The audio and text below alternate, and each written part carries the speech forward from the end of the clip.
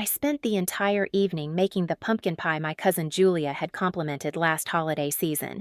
Deep down, I knew the invitation, as it always was more of a formality than a genuine gesture. I was always the last name on the list, but Josh and Lily were so excited that I couldn't bring myself to decline. We arrived at my sister Rebecca's house right on time. Her suburban mansion in North Salem was beautifully adorned, with twinkling lights lining the iron fence and wreaths hanging in every window. Josh held my hand tightly, and Lily clutched the pie box as though it were a priceless treasure.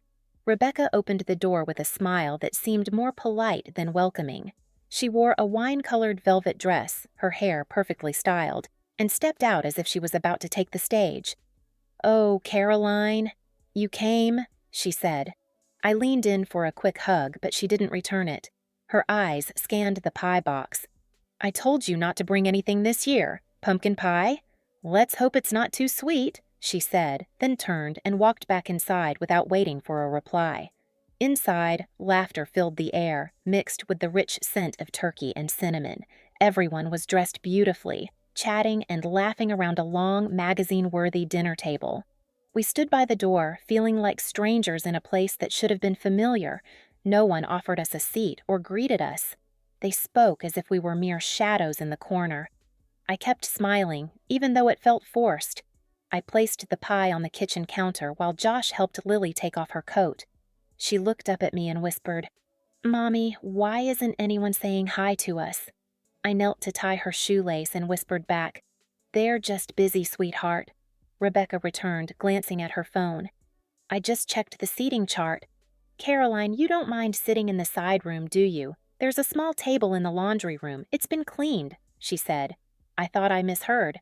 "The laundry room?" "Yes, it's clean and quiet. The kids will be more comfortable there," Rebecca added, giving me a wink. "Better than having them squeezed in with all the adults." Josh held my hand. Lily lowered her gaze. I smiled faintly, picked up the pie, and followed Rebecca's direction. The side room was past the back door, and it was literally a laundry room. The washer was still humming, and a small wooden table was shoved against the wall with 2 folding chairs and a tiny plastic kids' chair. There was no tablecloth, no warm lighting, just a buzzing fluorescent bulb overhead. I set the pie down and took a deep breath. Josh sat silently, and Lily climbed onto the plastic chair, her tiny hand resting on her knee. No one spoke. I opened the pie box and served 3 small slices, knowing no one else would touch them. The laughter from the living room pierced through the silence like needles. My throat tightened when Lily asked, "Why doesn't Aunt Rebecca want us to sit with everyone?" I sat up straight, poured water into 3 plastic cups as if we were in a fine restaurant. "Happy Thanksgiving, babies. Wherever we are, as long as we're together, that's enough." Lily smiled. Josh raised his cup, his eyes no longer sad. And in that moment, I thought to myself, one day I'll show them. Not with anger, but with my worth. I was about to throw away the leftover pie when we heard tires screech outside the tiny window above the washer. All 3 of us looked up. Josh raised his eyebrows and Lily sat up straighter. Headlights swept across the wall and stopped right at the back door. A long, sleek black car quietly pulled up on the gravel path leading to the backyard. It wasn't an SUV. It wasn't a neighbor's car. It was a limousine. Josh leaned toward the window, wide-eyed. "Mom? That car?" I stepped beside him, peering through the frosted glass. A man in a black suit, wearing a hat and white gloves, opened the back door. Then a woman stepped out, poised, composed, her heels clicking softly but decisively on the gravel. She wore a slate blue wool coat with a high collar over a knee-length sweater dress. Her silver hair was neatly pinned up. Her face showed the signs of a life lived fully, yet without bitterness. She looked around calmly. Then her eyes landed exactly where we were standing, at the back door. Lily whispered, "Mommy, she's looking at us." I swallowed hard and cracked the door open. A rush of cold air swept in, carrying a hint of snow and jasmine from her scarf. "Hello?" she said. Her voice wasn't loud, but it was clear and confident. "I'm looking for Caroline Brooks." I froze. "Yes, I'm Caroline," I replied. She smiled slowly. "Good. I'm Evelyn Rhodes. Executive Director of Voices Rising, a foundation supporting single mothers and women who've been pushed to the margins. She stepped forward. I'm here because of a story, a post you wrote last year on a community forum about rebuilding your life after living in a shelter. My heart skipped a beat. That post? I had typed it on my phone one late night after work, while Josh had a fever and Lily was asleep on the couch. I didn't write it for attention, just to let something out. I never thought anyone would read it. Evelyn continued, Your post spread through our network. We've been searching for you for 6 months. When your name appeared on an old volunteer registry, I decided to come myself. She glanced around at the laundry room setting. I didn't expect to find you here. I blushed, not expecting to be found in a laundry room. Josh gently squeezed my hand, and Lily still clutched her dress. Evelyn smiled warmly. I'm here to invite you to be a featured speaker for Voices Rising's upcoming Inspirations series, she said. We'd like you to be our keynote speaker at the spring conference to share your story from the beginning. No filters, no embellishment. You'll be compensated fairly. We also want to publish your story as a book with full editorial control in your hands. I stood frozen, unsure of what to say. Part of me didn't believe it. Another part of me felt a sense of relief. Are you sure? I heard myself ask. I'm just a mom trying to survive. She looked at me like I had said something absurd. That's exactly why we need you, she replied. We don't need perfect success stories. We need people like you, real, brave, and still moving forward. Josh looked up at me. You'll do it, right? I looked at him, then at Lily, then back at Evelyn. Yes, I said. I will. Evelyn nodded.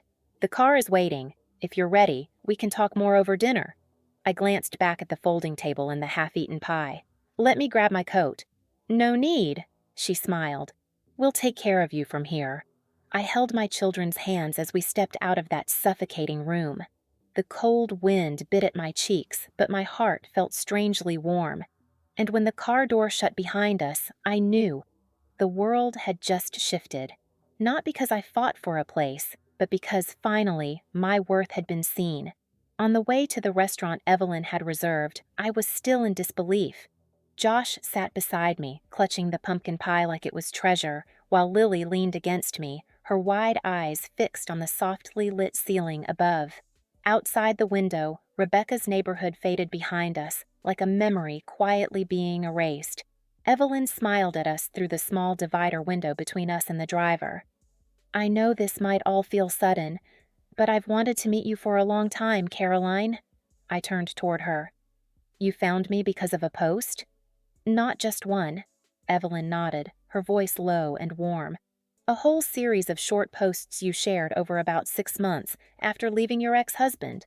You wrote about your night shifts at the restaurant, about having only $3 left for gas, about turning a packet of instant noodles into a living room party with your kids. I read every word and I cried.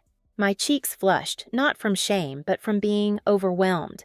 I had written those words in silence, late at night when the world slept, sitting on a wooden kitchen chair, trying not to wake the kids. I never thought anyone would read them, let alone someone like Evelyn Rhodes. I still remember one line, she continued. I don't want my kids to think they have to toughen up to survive. I want them to know they deserve to live, to breathe, and to dream. Evelyn looked at me for a long time. I've never read anything so honest. I clenched my hands gently, trying to steady my voice. I wrote so I wouldn't fall apart. And that's what made it powerful, she said. Voices Rising is hosting our spring summit soon, bringing together activists, writers, educators, and single mothers from across the country. We need someone to open it, not with credentials, but with heart and live truth. I want that person to be you. I looked at Josh and Lily. Josh sat still, staring out the window, but his hand rested lightly on his sister's shoulder. Lily remained close to me, nodding softly as if sensing a shift in our lives. I've never spoken in front of a crowd, I said quietly. I'm not a polished speaker. Evelyn placed a hand on her chest. Caroline, what moves people isn't polish. It's truth, and your truth is what they need to hear. I stayed quiet for the rest of the ride. When the car pulled up, the driver opened the door and I stepped out with my children. The restaurant sat tucked into a quiet corner of the city. Understated, refined, with warm, yellow lights and the smell of fresh bread in the air. We were led to a private room where a customized menu for the evening awaited us. A thin folder sat in front of me. Evelyn gestured toward it. A preliminary contract. "If you agree," she continued, "we'll cover everything: travel, lodging, childcare, whatever helps you focus on telling your story." I opened the folder and skimmed the neatly typed text. My name was printed boldly at the top.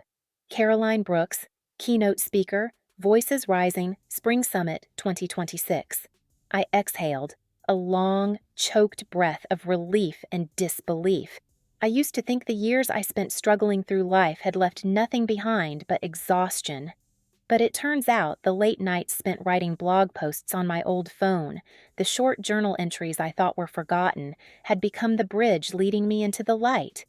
Evelyn raised her glass of water and looked at me, as if she saw a version of me I hadn't dared to believe in. "I believe in you, Caroline. And I think it's time you believe in yourself, too." I never imagined a night that began in a laundry room could end in an elegant restaurant beside a woman who had read every word I'd written in my weakest moments. Evelyn didn't just speak kindly, she treated me as someone who mattered, not someone who was barely included. When she pushed the contract toward me, I hesitated. The bolded words on the first page made me pause. Caroline Brooks, author and keynote speaker, Voices Rising 2026. I read it again, slower this time, afraid it would disappear if I blinked. "Is this real?" I whispered. Evelyn nodded, still smiling patiently. "Very real, Caroline. You're not imagining it." She went over the terms. Her organization would cover everything for me and the kids throughout the conference: airfare, hotel, meals, and on-site childcare. A team of professional editors would help shape my speech and manuscript. They didn't want to change my voice, she emphasized. They just wanted to help me tell the story in its fullest form. I looked down and realized I had been gripping the cloth napkin tightly. Josh gently reached over, took the pumpkin pie box from my hands, and set it aside, as if helping me release the last burden of that night. Lily rested her head on my shoulder, her wide eyes quietly absorbing every detail. She spoke just one sentence. "Mom, they chose you because you're you." I turned and smiled at her, tears stinging my eyes. For the first time in my life, I wasn't Rebecca's sister, or Mrs. Brooks' daughter, or the divorced woman with 2 kids. I was simply myself, Caroline, the one who wrote with her whole heart, not knowing if anyone would ever read it, but writing because she couldn't not. Evelyn lifted her cup of tea, the golden light catching on the emerald ring on her hand. "I once told my team," she began, "if you want someone who can shift the mood of a whole room with their real story, find Caroline Brooks." I laughed, a little embarrassed. I used to write for 20 readers. Half of them were single moms I met at the community center. "And now," Evelyn said, "you'll write for thousands, and I believe they need you more than ever." When dinner ended, I signed the contract. My hand trembled. Not from fear, but because I knew this was a turning point. Not the cinematic kind with fireworks and fanfare, but a quiet, internal click, like the final gear slipping into place. On the way back, the limousine glided past streets I once knew, but they looked different now. The houses didn't sting anymore. The little diners I once cleaned felt like part of the mosaic of my journey.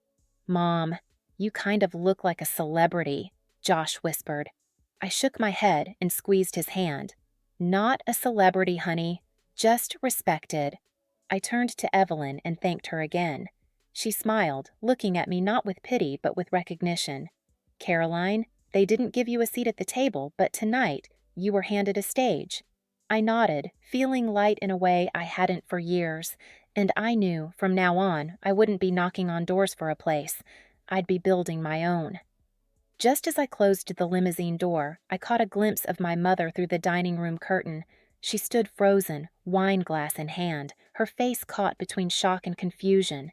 Beside her, Rebecca gripped her wine stem, lips parted as if to speak, but no sound came. Blake leaned against the fireplace, phone in hand, eyes following the car, pulling away from their gate. I once dreamed of leaving that house with my head held high, but never did I imagine I'd be leaving in a limousine with my children by my side and a powerful woman ready to bring my story to thousands. Josh sat across from me, eyes sparkling with excitement.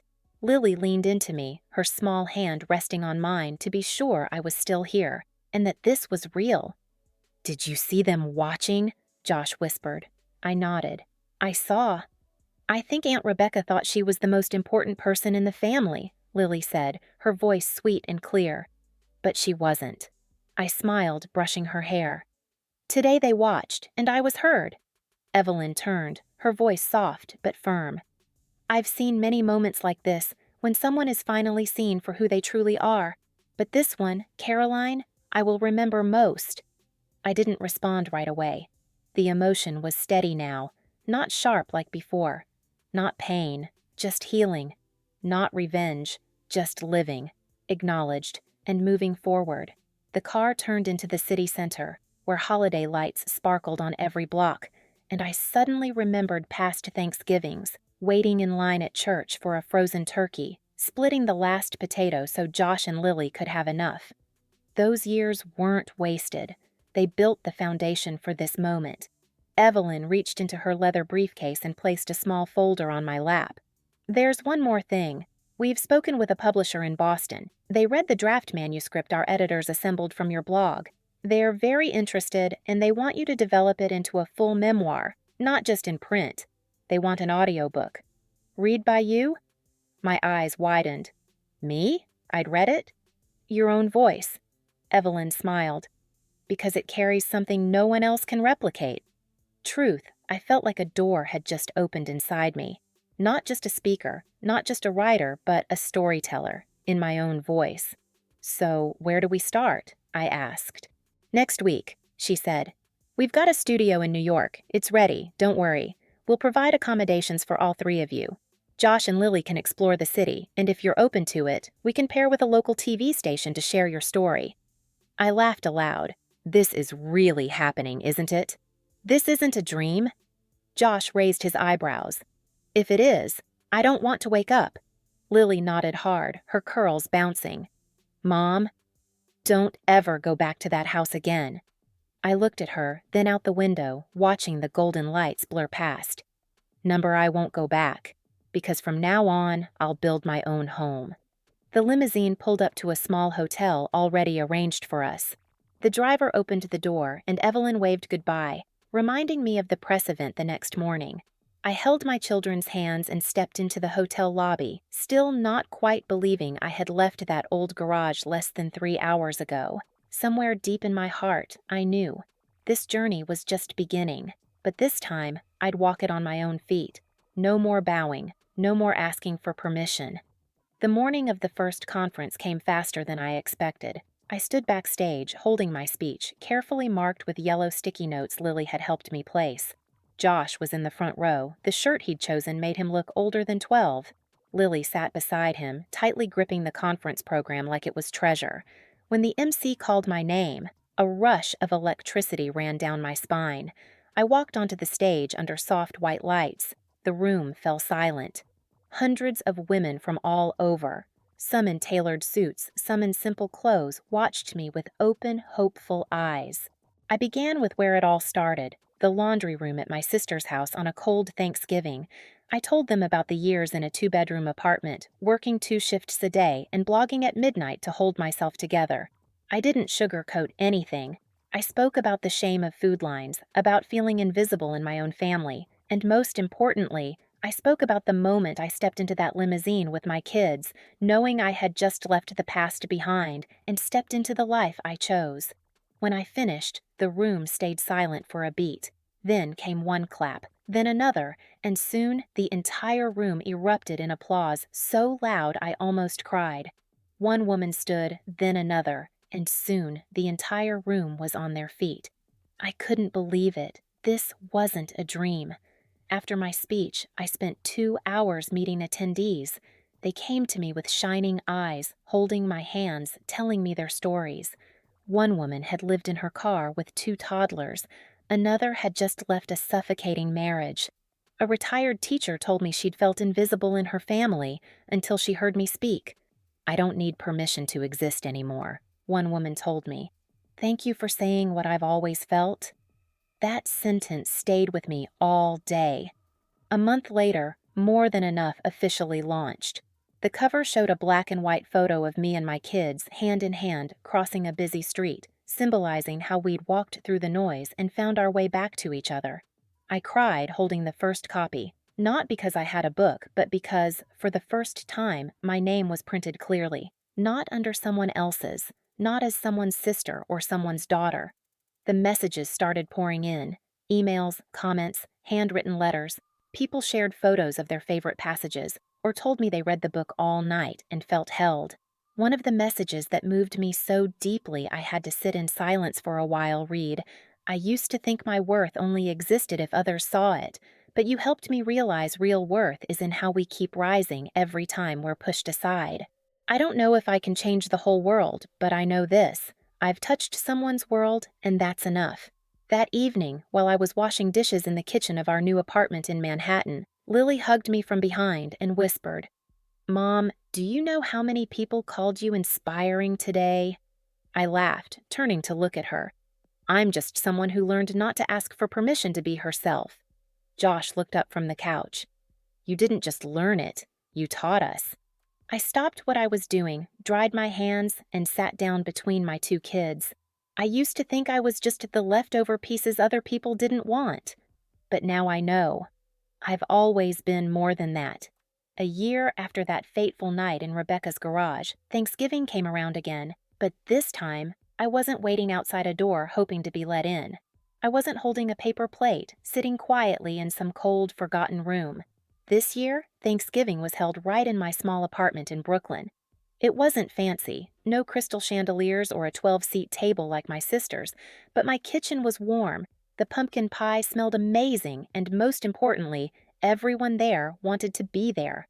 I woke up early to roast the turkey while Josh was in charge of the mashed potatoes, and Lily busied herself writing handmade thank you cards for each guest. She designed every card herself, decorated them with little leaf stickers, and wrote in sparkly ink, "Thank you for being the real family to me and my mom." There were just 8 of us at the table, the 3 of us, Evelyn, 2 friends I met at last year's conference, Dinah and Carla, and our elderly neighbors from across the hall, Walter and Ruby, who once lent me a pan when I first moved in. None of them were blood relatives, but each had shown up with the kind of kindness I'd longed for my whole life. Evelyn arrived early, bringing homemade pumpkin soup.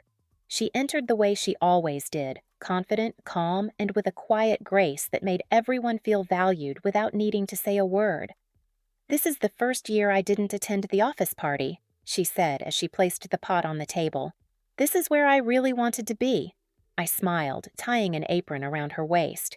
"Well, then today, you're not the director. You're my sous chef." "Sous chef?" Evelyn teased. "You might want to rethink your leadership style, Caroline."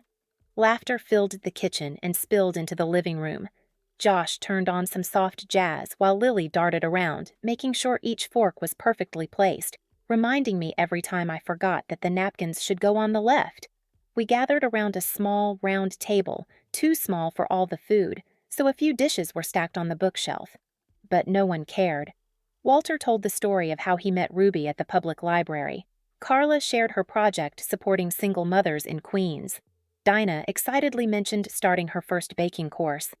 And me?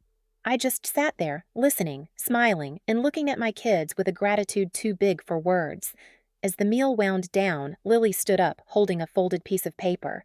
She cleared her throat, serious as if she were about to present in school. "I have a speech," she said, and everyone chuckled. "The first Thanksgiving speech," I whispered. Lily began to read, slowly but confidently. "Last year, I ate Thanksgiving dinner in a laundry room. I didn't understand why we were placed there. But this year, I get it. Because if we hadn't been put there, we wouldn't have found the place we belong. Today, I know. I'm home." I covered my mouth, tears slipping out before I noticed. Evelyn gently placed her hand over mine and gave it a soft squeeze. Josh stood up after his sister, quietly adding, "Mom, we're proud of you. Thank you for never stopping." I stood too, raising my glass of apple cider, my voice trembling. I used to think family was something unchangeable, those who gave birth to us, raised us. But now I understand. Family is the people who choose to love you, freely, every day. And today I'm surrounded by the family I built with my own heart. We clinked glasses. Not in unison, not perfectly, but with sincerity. After dinner, Lily pulled out an old board game and Josh replayed the video of my conference speech. I didn't stop him. I'm not afraid of hearing myself anymore. The voice in that video belonged to a woman who once felt invisible, but who now knew she didn't need permission to matter. That night, after everyone left, I sat in the kitchen holding a warm mug of tea, candles flickering low. A new message came in from my mother, just like every year, cold and short. Hope you're doing okay. Happy Thanksgiving. I didn't respond right away. I looked around our little apartment, crumbs on the table, Lily's card still in the center, and laughter still echoing softly in my heart. I smiled. I was okay, more than okay, because I had found a family that didn't need to share my blood to be part of my soul. A week after Thanksgiving, I received an invitation from the National Women's Conference.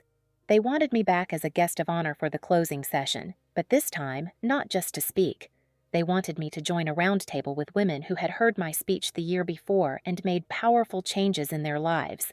I said yes without hesitation because I knew my presence wasn't about proving anything anymore. It was about listening, sharing, and reaffirming one truth.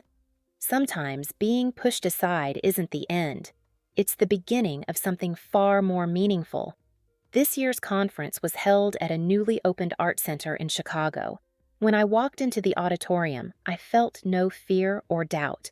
I wore a soft gray suit designed by Carla, my dearest friend from last year's summit. Pinned to my jacket was a small wooden table brooch, the symbol of the new project Evelyn and I had launched, Build Your Own Table, helping women build careers and confidence from the ground up. I sat among 6 women, each one a living story. One had been shut out by her family. Another had overcome abuse, unemployment, or loss. But all of them had one thing in common. They had heard my story a year ago and asked themselves, if she did it, why not me? The first to speak was Marcy, a retired teacher. She said that after watching my video, she applied to volunteer at a skills center for single mothers. I used to think I had nothing left to offer, she said. But then I realized worth isn't in titles, it's in making someone feel seen. Next was Shonda, a mother of 3 who had once been homeless. Now she ran a small bakery near her kids' school. I watched the part where Caroline said, "We don't need to ask for seats. Build your own table." And I started saving pennies and digging up my grandma's old recipes to carve out my own place. I listened to each voice, my heart filled with something raw and real, faith, effort, and dignity rediscovered. When it was my turn, I didn't use my prepared notes. I stood, took a deep breath, and looked into the faces waiting for me.